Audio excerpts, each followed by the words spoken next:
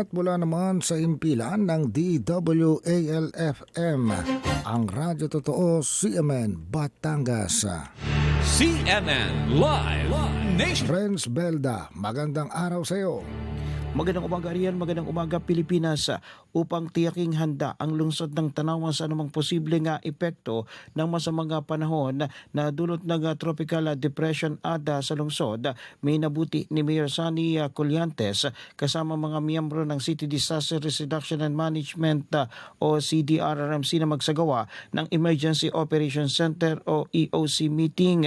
Sa isinagawang pagpupulong inilahad at pinagtibay ng mga frontline officers ang kahandaan ng kanilang tauhan, kagamitan at iba pang mahalagang resources para sa agarang pagtugon sa anumang sakuna o emergency situation, habang patuloy ang pagbabantay at koordinasyon ng pamahalang lungsod upang masiguro ang kaligtasan at kapakanan ng bawat Tanawenyo.